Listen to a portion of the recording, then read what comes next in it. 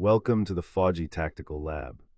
ये है सन त्सू की आर्ट ऑफ वॉर और सैनिकों के लिए इसकी अहमियत पर एक सरसरी नज़र।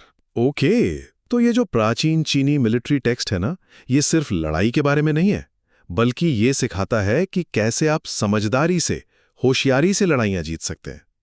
अब आप सोचेंगे, सदियों पुरानी ये बातें आज सैनिकों के लिए, खासकर भारत में क्यों ज़रूरी है? तो सबसे पहला और शायद सबसे ज़रूरी सबक है, खुद को जानो, दुश्मन को जानो। मतलब अपनी और दुश्मन की ताकत, उनकी कमजोरियां, ये सब समझना बहुत जरूरी है। और हां, सबसे बढ़िया जीत तो वो है जो बिना लड़े मिले। साइकोलॉजिकल प्रेशर से, धोखे से, स्मार्ट मूव से दुश्मन को काबू करना। इसमें रिसोर्स भी बचते हैं ना, है ना? फिर दूसरा पॉइंट आता है इसका प्रैक्टिकल इस्तेमाल सैनिकों के लिए। देखो, सही टाइम, सही जगह चुनना, दुश्मन की कमजोरी पर अटैक करना और जहां वो मजबूत हो वहां उनसे बचना, ये सब बहुत मायने रखता है।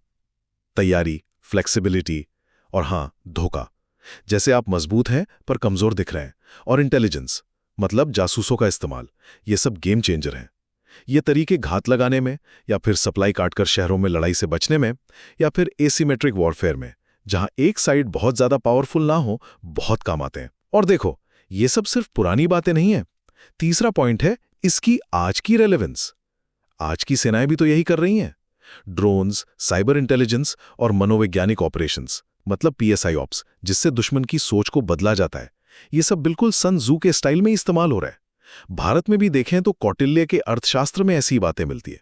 और सोचो, 1971 की लड़ाई में जनरल मानेकशॉ का प्लान, वो तेजी, वो सरप्राइज, वो साइकोलॉजिकल प्रेशर, ये सब बिल्कुल इन्हीं सिद्धांतों पर तो था।